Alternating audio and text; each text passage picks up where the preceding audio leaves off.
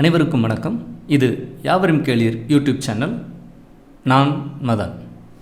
இன்றைக்கி நம்ம எதை பற்றி பார்க்க போகிறோம் அப்படின்னு பார்த்தீங்கன்னா, பைத்தானில் இருக்கக்கூடிய பிரான்ச்சிங் அப்படிங்கிற ஒரு ஏரியாவை பற்றி நம்ம பார்க்க போகிறோம். இந்த பிரான்ச்சிங்னு சொல்லும்போது இதனுடைய நேமிங் ரீசன்ஸ்லேருந்து நான் உங்களுக்கு ஸ்டார்ட் பண்ணலாம் அப்படின்னு நினைக்கிறேன். இது ஒரு பிரான்ச்சஸ்ன்னு சொல்லுவோம். இந்த மரத்தில் நம்ம ஏறுறதை நம்ம நினச்சிக்குவோம். ஸோ இந்த இடத்துல நான் ஏறுறேன் அப்படின்னா இந்த இடத்துல எனக்கு சான்சஸ் கிடைக்குது. நான் இந்த பிரான்ச்சுக்கு போகணும், இந்த பிரான்ச்சுக்கு போக போகிறேன்னா, இந்த பிரான்ச்சுக்கு போக போகிறேன்னா, இந்த பிரான்ச்சுக்கு போக போகிறேன்னா, அல்லது இந்த பிரான்ச்சுக்கு போக போகிறேன்னான்ட்டு நான் ஒரு டிசைட் பண்ணுறேன். ஸோ டிசைட் மீன்ஸ் ஏதோ ஒரு கண்டிஷனை செக் பண்ணுறேன். இந்த பிரான்ச்சுக்கு போகணுமா, அந்த பிரான்ச்சுக்கு போகணுமான்னு செக் பண்ணுறேன். நான் எந்த பிரான்ச்சை டிசைட் பண்ணுறேனோ அந்த பிரான்ச்சுக்கு போவேன். இந்த பிரான்ச்சை நான் டிசைட் பண்ணுறேன்னா இந்த பிரான்ச்சுக்கு போவேன். ஸோ என்னால் அட் அ டைமில் என்னால் இந்த பிரான்ச்சுக்கு மட்டும்தான் போக முடியும். நான் இதை டிசைட் பண்ணிட்டேன்னா இந்த பக்கம் தான் போவேன். ஸோ ஒரே டைமில் என்னால் இந்த பிரான்ச் எல்லா பிரான்ச்சுக்கும் என்னால் போக முடியாது. ஸோ நான் இந்த பிரான்ச் அப்படின்னு டிசைட் பண்ணிட்டேன் அப்படின்னா இந்த பிரான்ச்சஸ் அவ்வளோதான் லிஃப்ட். ஸோ இதுதான் என்னென்னா பிரான்ச்சிங் அப்படின்னு சொல்லுவோம். ஸோ அதுக்கு உள்ளே பார்த்தீங்கன்னா அதுக்குள்ளே ஒரு பிரான்ச்சஸ் வரும். ஸோ நான் இந்த பிரான்ச்சஸ் செலக்ட் பண்ணியிருக்கேன். அதுக்குள்ளே பார்த்தீங்கன்னா சம் பிரான்ச்சஸ் இருக்கும், அதுக்குள்ளே சம் பிரான்ச்சஸ் இருக்கும். ஸோ இந்த மெத்தடை நம்ம பிரான்ச்சிங் அப்படின்னு சொல்லுவோம். ஸோ இதே தான் நம்ம இதில் என்ன செய்ய போகிறோம் அப்படின்னு பார்த்தீங்கன்னா, பைத்தான்லையும் நம்ம பிரான்ச்சிங் அப்படிங்கிறது பைத்தான்லையும் இதே கான்செப்ட் தான் நம்ம பண்ண போகிறோம். ஸோ இதில் என்னெல்லாம் பைத்தானில் பிரான்ச்சிங்னு சொல்லும்போது என்னெல்லாம் வரும் அப்படின்னு பார்த்தீங்கன்னா, சிம்பிள் இஃப் அப்படிங்கிறது வரும். ஸோ அதுக்கு ஒரு சின்ன எக்ஸாம்பிள் நான் புரிகிறது மாதிரி பண்ணியிருக்கேன். என்ன அப்படின்னு பார்த்தீங்கன்னா, சிம்பிள் இஃப் அப்படிங்கிறது வேறு ஒன்றும் இல்லை. இஃப் யூ ஹேவ் பென், உன்கிட்ட பென் இருக்கா, தென் ரைட், அவ்வளோதான். உங்கள்கிட்ட பென் இருந்தது அப்படின்னா நீ எழுது அப்படின்னு சொன்னோம் அப்படின்னா அது என்ன சொல்லுவோம் அப்படின்னு பார்த்தீங்கன்னா சிம்பிள் இஃப். இங்கே என்ன கண்டிஷன் அப்படின்னு பார்த்தீங்கன்னா, உன்கிட்ட பென் இருக்குதா அப்படிங்கிறது மட்டும்தான் கண்டிஷன். இருந்ததுன்னா எழுது அப்படின்னு சொல்லுவோம். இதை நம்ம சிம்பிள் இஃப் அப்படின்னு சொல்கிறது. அடுத்து பார்த்தீங்க அப்படின்னா இஃப் எல்ஸ் அப்படின்னு ஒரு கான்செப்ட் இருக்குது. இஃப் இருந்தால் என்ன அப்படிங்கிறது, எல்ஸ் இல்லை என்றால் அப்படிங்கிறது. ஸோ இங்கே என்ன சொல்கிறோம் அப்படின்னு பார்த்தீங்கன்னா, இஃப் யூ ஹேவ் பென், உன்கிட்ட பென் இருந்தது அப்படின்னா இருந்தால், if you have pen you can write. உன்கிட்ட பென் இருந்தது அப்படின்னா நீ எழுதலாம். இது இஃப். எல்ஸ் இல்லைனா, இஃப் யூ ஹேவ் நாட், உன்கிட்ட பென் இல்லை அப்படின்னா then borrow a pen and write. So அப்படி இல்லைன்னா நான் என்ன செய்யணுங்கிறத சொன்னேன்னா அது எல்ஸ். ஃபஸ்ட்டு பார்த்தோம் சிம்பிள் இஃப் என்ன அப்படின்னா இருந்தால் என்ன செய்யணுங்கிறத மட்டும்தான் சொல்லியிருந்தோம். இப்போ பார்த்தீங்கன்னா இருந்தால் என்ன செய்யணும், இல்லைன்னா என்ன செய்யணுங்கிறத சொல்லியிருக்கோம். borrow a pen and then write அப்படின்னு நான் சொல்லியிருக்கேன். இதை ஒரு சும்மா ஒரு கான்செப்டாக நான் சொல்லியிருக்கேன். borrow பென் ஒரு தட்டை வாங்கிட்டு எழுதலாம், இல்லை புது பென் வாங்கலாம், ஏதோ உங்களுக்கு என்னவோ. இல்லைன்னா என்ன செய்யணுமோ அதை சொல்கிறது இஃப் எல்ஸ். அடுத்து என்ன இதில் இருக்குது அப்படின்னு பார்த்தீங்கன்னா, if else if. If you have a pen, உன்கிட்ட ஒரு பென் இருந்தது அப்படின்னா தென் யூ கேன் ரைட், நீ எழுதலாம். இல்லைனா, if you have not pen, உன்கிட்ட பென் இல்லைன்னா என்ன அடுத்த கண்டிஷன் செக் பண்ணுறேன். என்னென்னா இஃப் யூ ஹேவ் பென்சில், உன்கிட்ட பென்சில் இருக்கான்னு பாரு. ஃபஸ்ட்டு பென் இருக்கான்னு பார்க்குறோம், இருந்தால் எழுதுகிறோம். இல்லைன்னா பென்சில் இருக்குதான்னு செக் பண்ணுறோம். If you have a pencil இருக்குதான்னு பார்க்குறோம். பென்சில் இருந்ததுன்னா you have to right with pencil, பென்சிலை வச்சு எழுது. யூ ஹேவ் நாட் பென்சிலும் இல்லை அப்படின்னா தென் அதான் else. borrow a pen and then write. இங்கே நல்லா கவனிச்சு பாருங்கள். If you have a pen, உங்கள்கிட்ட இஃப் இருந்ததுன்னா இதை செய்யுங்க. எல்ஸ் இஃப் இல்லைன்னா இது இருக்கான்னு பாருங்கள், அது இருந்ததுன்னா அதை வச்சு செய்யுங்க, அது எல்ஸ் இஃப். அதுவும் இல்லைன்னா எல்ஸ், நீங்கள் இதை செய்யுங்க. கடைசியாக ஒரு சாய்ஸ் கொடுக்குறது. இது இஃப் எல்ஸ் இஃப் அப்படின்னு சொல்லுவோம். அடுத்து நம்ம எதை பற்றி பார்க்குறோம் அப்படின்னு பார்த்தீங்கன்னா, நெஸ்டட் இஃப் அப்படின்னு சொல்லிட்டு ஒன்று பார்க்குறோம். இந்த நெஸ்டட் இஃப் ஒரு இஃபுக்குள்ளேயே ஒரு இஃபை யூஸ் பண்ணுறது. இது எப்படின்னா, if you have a pen, நீ உன்கிட்ட பென் இருந்தா, இங்கே என்ன ஆயிடுச்சுன்னா என்கிட்ட இருக்குது அப்படின்னு நான் முடிவு பண்ணிட்டேன். If you have a pen, I have one pen. So என்கிட்ட பென் இருக்குது. இருந்தால் அப்படின்னா உடனே எழுத சொல்லலை. என்ன செய்கிறேன், அடுத்து அந்த பென் ப்ளூ பென்னான்னு நான் பார்க்குறேன். If you have a blue pen அப்படிங்கிறத அகெயின் செக் பண்ணுறேன். உன்கிட்ட பென் இருக்குன்னு சொன்னீங்கள, ரைட், அந்த கண்டிஷன் ஓகே.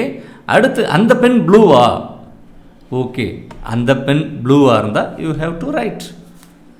இந்த மாதிரி சொல்கிறது நெஸ்டட் இஃப். ஒரு இஃப் கண்டிஷன், ஒரு கண்டிஷன் சாட்டிஸ்ஃபைடு ஆயிடுச்சுன்னா அந்த கண்டிஷனுக்குள்ளே ஒரு கண்டிஷனை செக் பண்ணேன் அப்படின்னா அதை வந்து நெஸ்டட் இஃப் அப்படின்னு சொல்லுவோம். இது எல்லாம் தான் எதில் இருக்குது அப்படின்னு பார்த்தீங்கன்னா பைத்தானில் பிரான்ச்சிங்கில் இருக்குது. ஸோ இதை நம்ம இதை எதில் பார்க்க போகிறோம் அப்படின்னு பார்த்தீங்கன்னா இப்போ பைத்தானில் ஒரு ப்ரோக்ராமாக எழுதி பார்ப்போம். இது வரைக்கும் நான் சொன்னது வந்து ஒரு கிராஃபிக்கலாக ஒரு சின்ன ஒரு ப்ரெசன்டேஷன் மாதிரி ஒரு சொல்லியிருக்கேன். இதை நம்ம இப்போ கோடிங்கில் எப்படி நம்ம இம்ப்ளிமெண்ட் பண்ணுறது அப்படிங்கிறத நம்ம பார்ப்போம். நியூ ஃபைல் ஒன்று க்ரியேட் பண்ணிக்கிறேன். ஸோ இந்த நியூ ஃபைல் பார்த்திங்கன்னா இந்த மாதிரி ஓப்பன் ஆகுது. இந்த ஃபைலில் வந்து நான் கோடிங் எழுத போகிறேன். ஸோ முதல்ல இஃப் எப்படி எழுதணும் அப்படிங்கிறத பார்ப்போம். இப்போ அதுக்கு முன்னாடி வந்து நமக்கு ஏபி அப்படின்ட்டு ஒரு 2 வேல்யூ இருக்கிறதா நம்ம இமேஜின் பண்ணிக்குவோம். இமேஜின் வேண்டாம், அதை ஃபிட் பண்ணிக்குவோம். A = 10, B = 20 அப்படின்னு கொடுத்துருக்கோம். ஸோ இந்த இடத்துல வந்து நான் இப்போ 2க்குமே ஒரே வேல்யூ கொடுத்துட்றேன். ஃபஸ்ட்டு வந்து சிம்பிள் இஃப் நம்ம செக் பண்ண போகிறதுனால 2க்கும் ஒரே வேல்யூ கொடுத்துருக்கேன். இப்போ நம்ம இந்த இஃப்பை எப்படி யூஸ் பண்ண போகிறது, ஏயும் பியும் சேமா அப்படின்னு சொல்லிட்டு நான் செக் பண்ணுறதுக்காக ஒரு கோடிங் எழுத போகிறேன். அது எப்படி எழுதுறதுன்னு பாருங்கள். If A = B. ஏன் இந்த இடத்துல டபுள் ஈக்குவல் டு யூஸ் பண்ணுறோன்னா இதுதான் வந்து என்ன ஆப்ரேட்டர் அப்படின்னு பார்த்தீங்கன்னா comparison operator. Single equal to use பண்ணியிருந்தீங்கன்னா அது வந்து assignment operator. Single equal to use பண்ணிங்கன்னா என்ன ஆகும்னா பியில் இருக்கிற வேல்யூவை ஏக்கு அசைன் பண்ணும். அதுக்கு பேர் அசைன்மெண்ட் ஆப்ரேட்டர். ஏயும் பியும் சேமான்னு செக் பண்ணுறதுக்கு பேர் கம்பேரிஷன் ஆப்ரேட்டர். அப்படி கம்பேரிஷன் ஆப்ரேட்டருக்கு வந்து டபுள் ஈக்குவல் டு. சரிங்களா, அது கண்டிஷன் செக் பண்ணியாச்சு. இதுக்கு மட்டும் நல்லா ஞாபகத்தில் வச்சுக்கோங்க. இஃப், ஃபார், வைல் இந்த இனி வரும் நிறைய கண்ட்ரோல் ஸ்டேட்மெண்ட்ஸ் வரும். இதுக்கு எல்லாமே என்ன செய்யணும் அப்படின்னு பார்த்தீங்கன்னா கோலன் வச்சு கம்ப்ளீட் பண்ணணும். கோலன் வச்சு கம்ப்ளீட் பண்ணிவிட்டு என்ட்ரு பண்ணிங்கன்னா பார்த்தீங்கன்னா கொஞ்சம் ஸ்பேஸ் தள்ளி வரும். இதுக்கு பேர் என்ன சொல்லுவாங்கன்னா இண்டென்டேஷன்னு சொல்லுவாங்க. இந்த இண்டென்டேஷன்னா வேறு ஒன்றும் கிடையாது. நம்ம C++ இதெல்லாம் பார்த்தீங்க அப்படின்னா ஒரு ஃபாரோ, ஒயிலோ, இஃபோ யூஸ் பண்ணிங்கன்னா ஒரு பிளாக் அப்படின்னு சொல்லுவோம். ஒரு ட்ரூ பிளாக், ஃபால்ஸ் பிளாக், அந்த மாதிரி பிளாக்னு சொல்லிட்டு வருவோம். இந்த பிளாக் மேனேஜ்மெண்ட்ஸ் வந்து C++ல எல்லாம் இருக்கும். அது என்னென்னா open curly space, close curly ஸ்பேஸ்க்கு இடையில வந்து இருக்கிறத வந்து நம்ம என்ன சொல்லியிருப்போம் அப்படின்னா பிளாக் அப்படின்னு சொல்லுவோம். ஸோ இங்கே வந்து அந்த மாதிரி எதுவும் கிடையாது. ஸோ அதுக்கு பதிலாக என்ன சொல்லிடுறாங்கன்னா இண்டென்டேஷனுங்கிற ஒரு மெத்தடை யூஸ் பண்ண சொல்கிறாங்க. இண்டென்டேஷனுங்கிறது வந்து ஒரு ஸ்பேஸை வந்து அலாட் பண்ணுறது மூலமாக அதை டிவைட் பண்ணி காட்டுறது. இது வந்து இதனுடைய பிளாக் அப்படின்னு சொல்லி அந்த பிளாக்கை ஐடென்டிஃபிகேஷன் பண்ணுறதுக்காக நம்ம இங்கே வந்து யூஸ் பண்ணுறது வந்து இண்டென்டேஷன்னு சொல்லுவோம். இந்த இண்டென்டேஷனுங்கிறது வேறு ஒன்றும் இல்லை, 3 ஸ்பேசஸ் வந்து விடுவோம். ஒரு 3 எம்டி ஸ்பேசஸ் விடுறதுக்கு பேர் வந்து இண்டென்டேஷன்னு சொல்லுவோம். இது நீங்கள் பைத்தான் எடிட்டர்லேயே நீங்கள் டைப் பண்ணுறதுனால ஆட்டோமேட்டிக்காக அது வந்து ஸ்பேஸ் வந்துடும். இல்லை அப்படின்னா நீங்கள் வந்து மேனுவலாக 3 ஸ்பேசஸ் வந்து நீங்கள் கொடுத்துக்கோங்க. ஸோ இப்போ வந்து இஃப் A = B ஆன்னு செக் பண்ணுறேன். அப்படி இருந்தது அப்படின்னா பிரிண்ட் எஸ் அப்படின்னு சொல்கிறேன். அப்படி இருந்தது அப்படின்னா எஸ் அப்படின்னு சொல்லியிருக்கேன். ஸோ இதுதான் என்னுடைய ப்ரோக்ராம். இது வந்து சிம்பிள் இஃப். ஸோ இதை நான் என்ன செஞ்சுக்கிறேன் அப்படின்னா சேவ் பண்ணிவிட்டு ரன் பண்ணுறேன்.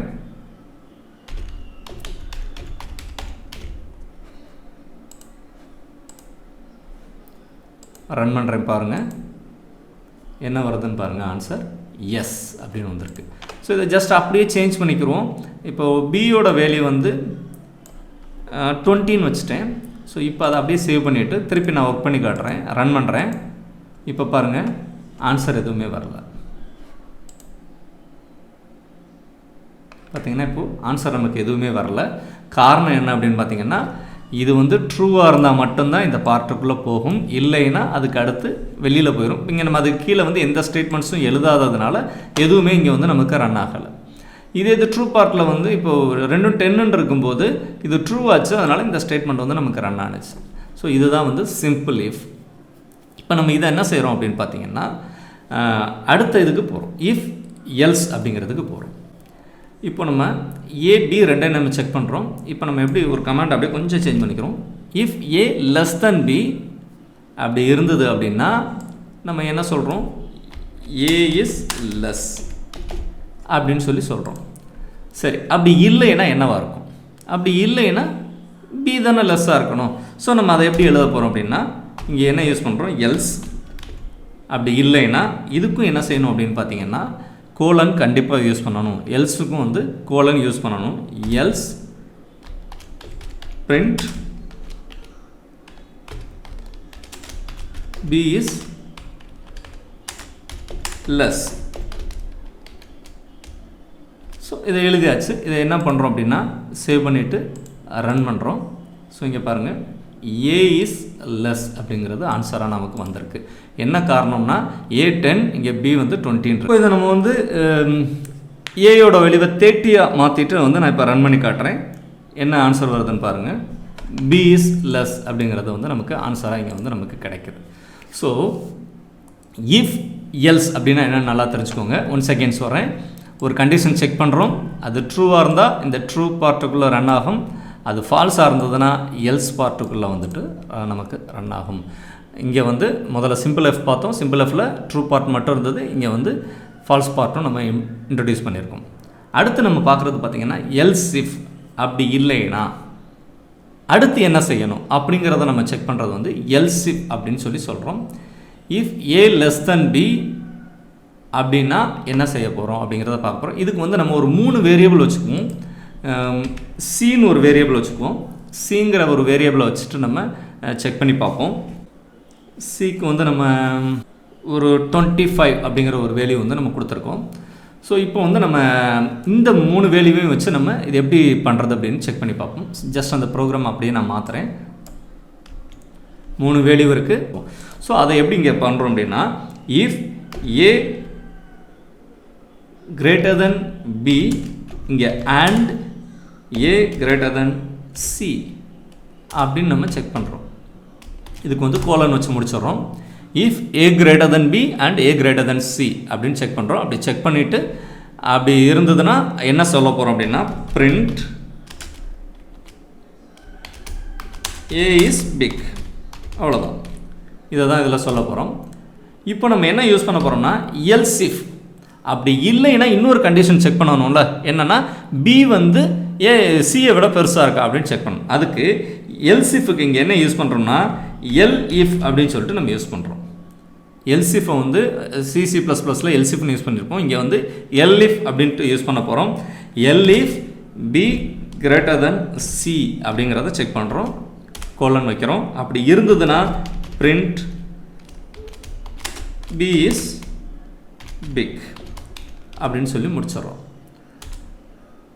இதுவும் இல்லை அப்படின்னா என்ன சொல்ல போகிறோம், ஏயும் பெருசாக இல்லை, ஏ எடுத்துகிட்டு போய் எல்லாத்துலேயும் செக் பண்ணி பார்த்துட்டோம், ஏயும் பெருசாக இல்லை அப்படின்னா தான் அடுத்ததுக்கே வந்திருக்கும்.